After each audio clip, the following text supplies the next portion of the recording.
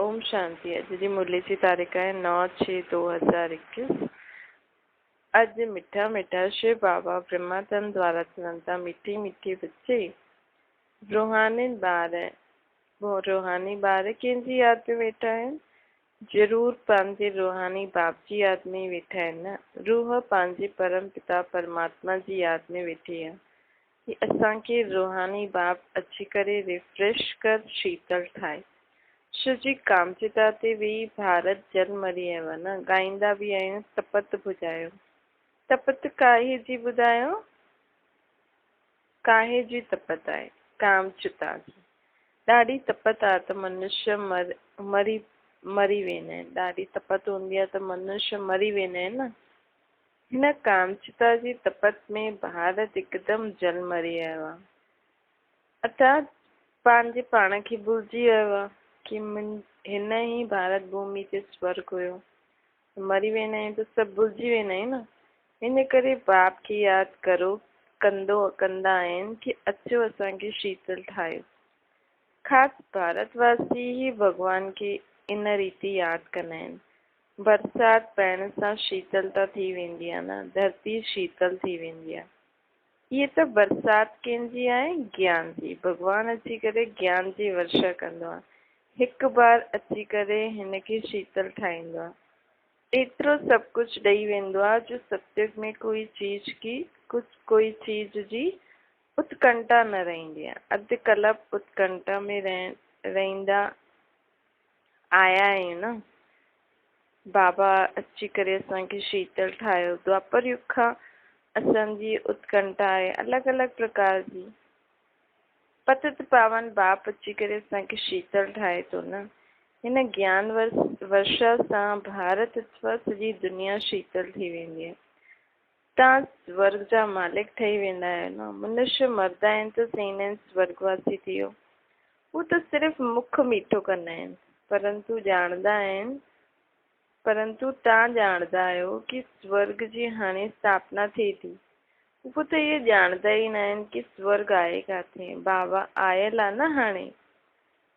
ज्ञान वर्षा थो करे ख़ासि भारत आम सॼी दुनिया जी आत्माउनि जे मथां।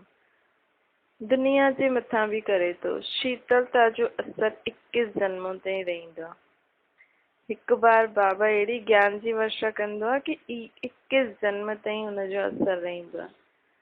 हुते न बरसाति हूंदी न कोई चीज जी इच्छा हूंदी। सदैव बहार ई बहार। हुते कोई भी प्रकार जो दुख न हूंदो। सूर्य भी सतो प्रधान ठही वेंदो आहे।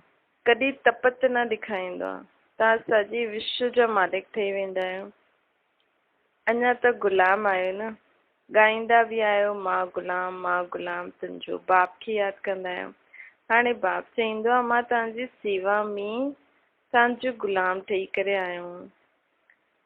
तव्हां ॿारनि जी सेवा करण आयो आहे न। पराए देश में पतित शरीर में मां आयो आहियां। हिन पतित दुनिया में हिकु भी पावन न आहे। सतयुग खे पावन कलयुग खे पतित दुनिया चइबो आहे। शिव जी सभु विकारी आहिनि न। भारतवासी ही हिन नॉलेज खे सम्झंदा आहिनि। जंहिं 84 जन्म वरिता अथई उहे ही नॉलेज ॿुधंदा ऐं सतयुग त्रेता में अचण वारा उहे ही ब्राह्मण ठहींदा। नंबरवार पुरुषार्थ अनुसार बाप सम्झायो अथई हाणे तव्हां ब्राह्मण वरण में आहियो। पोइ तव्हां ही देवी देवता ठहींदव। ब्राह्मण वरण अर्थात ब्राह्मण धर्म स्थापन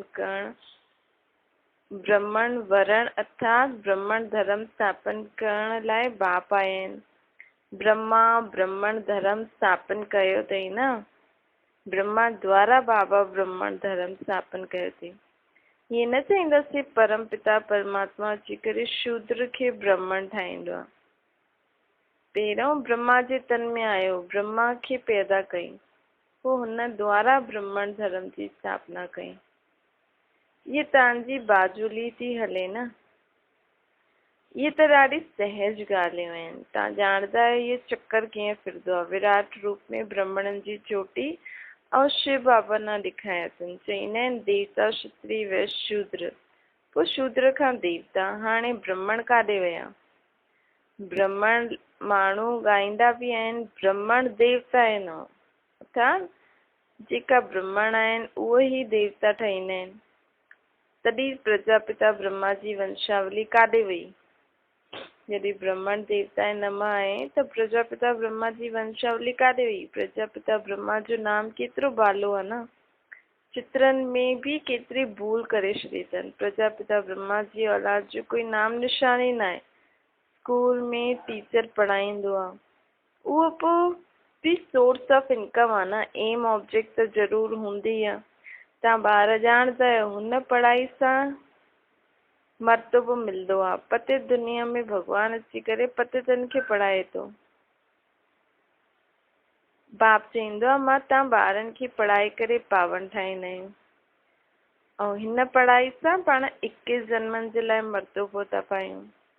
21 जन्मनि जी कमाई थी थिए। हिन पढ़ाई सां इनकम ॾिसो केतिरी भारी आहे न। अधु कलब जे लाइ तव्हांजी तकदीर थी ठहे। भारत में ही ॻायल आहे 21 पीढ़ी। हाणे तव्हां बेहद जे बाप सां 21 पीढ़ी बेहद जो वरसो था वठो। लेकिन बाप जो लौकिक बाप जो त अलकाल क्षण भंगुर वरसो हूंदो आहे। इहो बाप असांखे 21 जन्मनि जे लाइ वरसो थो ॾे। हिन बाप सां तव्हां अहिड़ो वरसो पाईंदा आहियो जो पीढ़ी बाय पीढ़ी तव्हांखे दुख न रहंदो आहे। भारत में ही बेहद जो सुख हुयो। ये ज्ञान ॿियो कंहिंजी बि बुद्धि में न आहे। ये ज्ञान ॾियण वारो बाप ई आहे। जंहिंखे ॾियणो आहे जंहिंखे ॾींदा आहिनि उहो ई ॼाणे ॿियो न ॼाणे कोई। ये ज्ञान ॾियण वारो बाप आहे त बाप ॼाणे ऐं जेके ॾींदा आहिनि बाबा उहो ॼाणे। बाप त सभिनि खे ॾींदा आहिनि लेकिन कोई सम्झे। ग्रंथ में बि हुननि जी महिमा ॻायल आहे न। एक ओंकार सतनाम निराकार निरअहंकार। इन जो अर्थ बि हाणे तव्हां सम्झो था न। उहो त सिर्फ़ु ॻाईंदा आहिनि निरअहंकार। एतिरी वॾी अथॉरिटी हूंदे हुए बि उनखे कोई अहंकार न आहे। पतित दुनिया पतित शरीर में अची करे कीअं पंहिंजो कमु थो करे। केॾो निरअहंकारी आहे न। हिते थोरो बि पोजीशन वारा थी वेंदा आहिनि त केतिरो नशो रहंदो अथनि न। उहो आहे अल्पकाल जो मर्तबो जो नशो कि मां फलानो आहियां। हाणे तव्हांखे हिन रूहानी पढ़ाई जो नशो हुजणो खपे। तव्हांजी आत्मा हाणे ॼाणदी आहे आत्म अभिमानी ठहिणो। तॾहिं ई बाप जी याद में रही सघंदासीं। बाप सां गॾु योग टुटण सां माया जो गोलो लॻी वेंदो आहे। पोइ मुरझाइजी वेंदा आहिनि। यादि कंदा रहंदा त ख़ुशी जो पारो चढ़ंदो। कोई वॾो इम्तिहान पास कंदा आहिनि त ख़ुशी थींदी आहे न। सम्झंदा आहिनि बसि हिन खां मथे कोई ॿी पढ़ाई आहे ई न। तव्हां बि ॼाणंदा आहियो असांजी हिन पढ़ाई सां ऊच ऐं ॿियो कोई बि पढ़ाई न आहे। हिन पढ़ाई खां ऊची कोई ॿी पढ़ाई न आहे। हिन लक्ष्मी नारायण पास्ट में ज़रूरु अहिड़ी पढ़ाई कई हूंदी न। राजयोग सिखियो नहीं तॾहिं त महाराजा महारानी ठहिया आहिनि। राजयोग त मशहूरु आहे। पतित पावन अची करे राजयोग सेखारींदो आहे स्वर्ग जे लाइ। चईंदा बि आहियूं पास्ट में अहिड़ा कर्म कया आहिनि तॾहिं इहे ठहिया आहिनि। त ज़रूरु पंहिंजे पिछले जन्म में लक्ष्मी नारायण अहिड़ो अहिड़ी पढ़ाई कई न। सतयुग खां पहिरियों त कलयुग ई हुयो। मतिलबु कलयुग जो अंतिम जन्म। तव्हां ॼाणंदा आहियो हिन जन्म में असां अहिड़ा कर्म सिखूं था जो भविष्य 21 जन्मनि जे लाइ असां राज्य कंदासीं। स्वर्ग में विराजमान थींदासीं। यथा राजा रानी तथा प्रजा। राजधानी आहे न सिर्फ़ु राजा रानी थोड़ी हूंदी। हुनजा माउ पीउ संबंधी हुनजी प्रजा दास दासियूं ऐं ॿी जेकी बि चीजूं बेचण वारा हूंदा उन सभु उहो सभु प्रजा में अची विया। बाप आया आहिनि राजधानी स्थापन करणु। पोइ तव्हां 21 जन्म पालना कंदव। बाबा सिर्फ़ु स्थापना थो कराए उहो बि पाण खां ई थो कराए। खुदि नथो करे, पाण खां ई स्थापना थो कराए, पोइ पालना बि पाण ई कंदासीं। स्थापना पंहिंजी प्रेजेंस में कराईंदो, पोइ पालना त हाणे बाबा पाण खे जेकी शिक्षायूं थो ॾे उन अनुसार पालना कंदासीं। श्रेष्ठ जन्म त दुख भोगियो न, उहो सभु ख़तम थी वेंदो। भारत खे स्वर्ग चइबो आहे न, हाणे उहो ई भारत नर्क ठही वियो आहे। सृष्टि केतिरी बदिली वई आहे न, उहो राजा ई काॾे वई। रावण राज शुरू थियण सां तव्हां पतित थी आहियो। बाप चईंदा आहिनि तव्हां पंहिंजे 84 जे चक्कर खे न ॼाणंदा आहियो। हाणे तव्हां ॿारनि खे बार बार बाबा सम्झाइनि था 84 जो चक्कर, ऐं सम्झाइनि था कि तव्हांजो 84 जन्मनि जो चक्कर हाणे पूरो थियो, हाणे तव्हांजी अंतिमो जन्म अथव, हाणे वरी खां पंहिंजो वरसो वठो। तव्हांखे मुक्तिधाम में वेही थोड़ी रहणो अथव,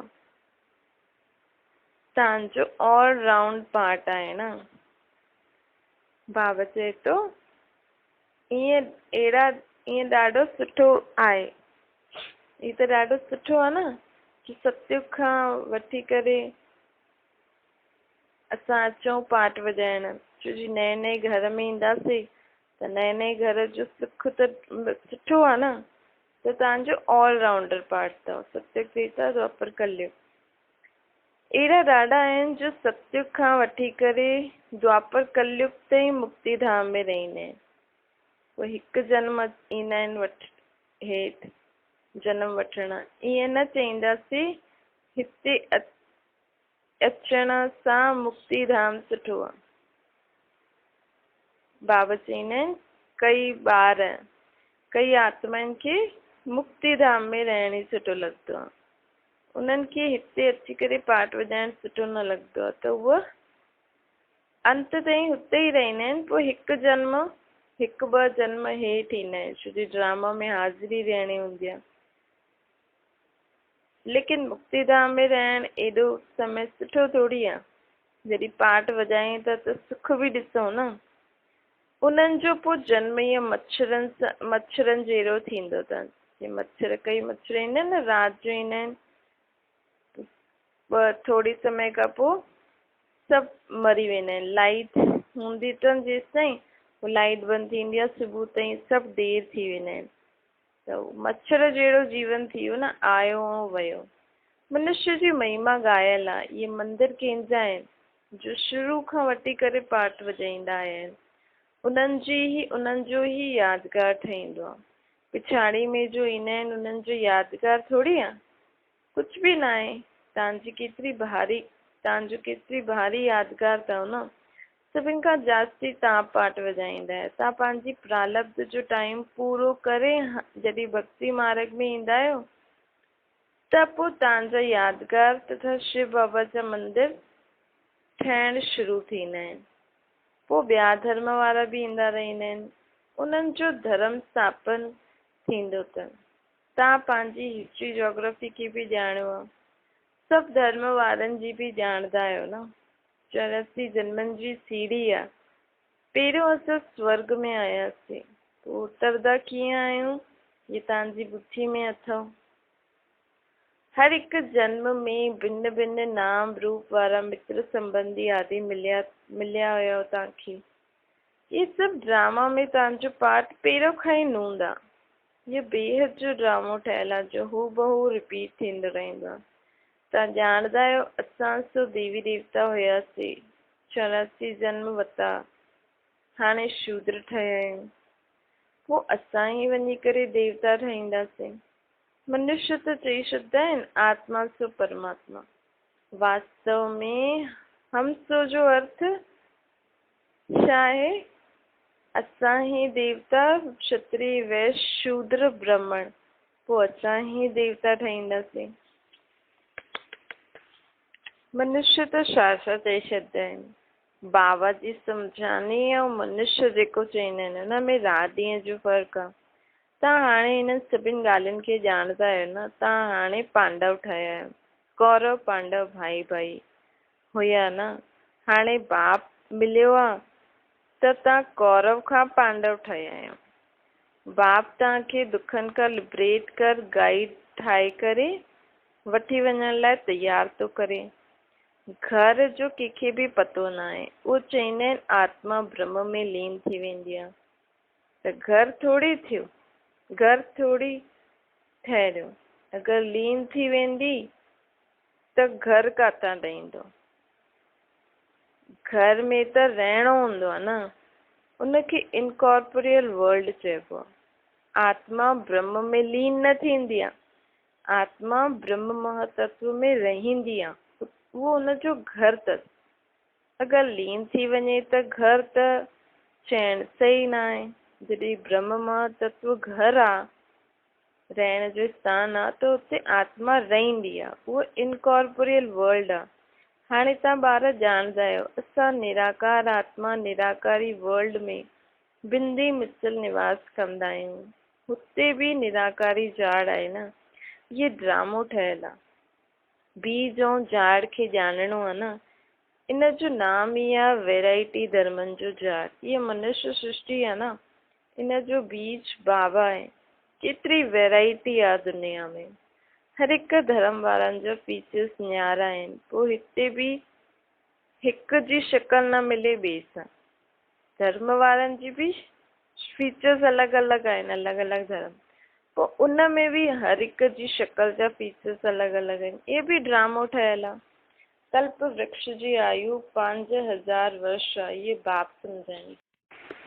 मनुष्य त एक्टर्स आहिनि, हिते आया आहिनि पार्ट वॼाइण।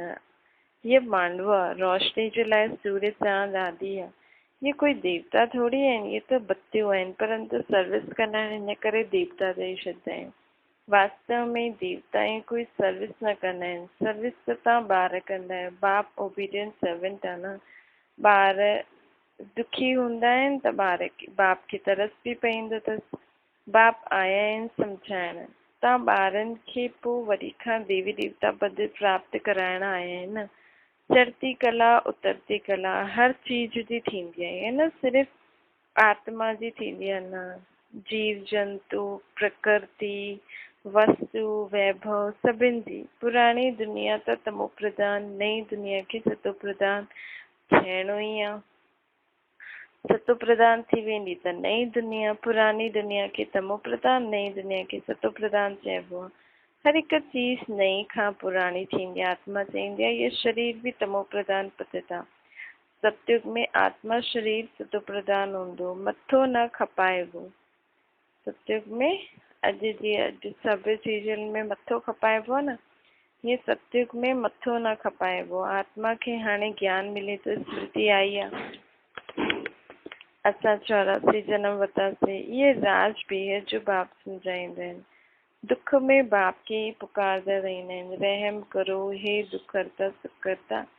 भारत ही सभिनि खां ज्यादा सुखी हुयो। भारत जहिड़ो पवित्र खंड ॿियो कोई बि न थी सघंदो आहे। हाणे बाप तव्हां ॿारनि जी झोली अविनाशी ज्ञान रत्ननि सां भरनि था न। कॾहिं अहिड़ो बाप ॾिठो? चईंदा आहिनि ॿार मां तव्हांजे लाइ वैकुंठ सौगात खणी आयो आहियां। तव्हां स्वर्गवासी हुयो, हाणे पतित नरकवासी ठहिया आहियो। पावन हुनखे चइबो आहे जो विकार में न वञे। सतयुग में संपूर्ण निर्विकारी हूंदासीं। हिन समय संपूर्ण विकारी आहिनि। बाप चईंदा आहिनि तव्हां बि संपूर्ण निर्विकारी हुयो, हाणे संपूर्ण विकारी ठहिया आहियो। पोइ संपूर्ण निर्विकारी देवता पद पाइणो अथव। बाप खे यादि करे। अक्षर ॾिसो केतिरा क्लियर आहिनि न। मन मना भव। मूंखे यादि करो त तव्हां सत प्रधान थी वेंदव। मां सर्वशक्तिवान आहियां, मूंखे यादि करो। यादि खे ई योग अग्नि चइबो आहे, जंहिंसां तव्हांजा पाप धगत थींदा, अर्थात ख़तम थी वेंदा। तव्हां पवित्र ठही वेंदव। अच्छा, ओम शांति। वरदान आहे सर्व आत्माउनि जी पतित संकल्प ऐं वृत्ति खे भस्म करण वारा मास्टर ज्ञान सूर्य ठहो।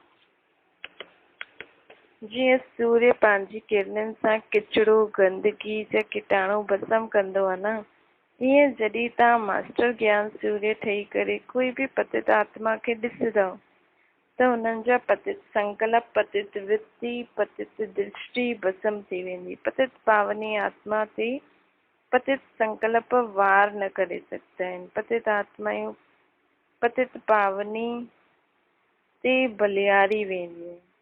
हिन करे माइट हाउस अर्थात मास्टर ज्ञान सूर्य स्थिति में सदा स्थित रहो। 5 स्लोगन पंहिंजी धारणा स्वरूप सां योगी जीवन जो प्रभाव विझो। ये ॾाढी वॾी सेवा आहे। छा ओम शांति।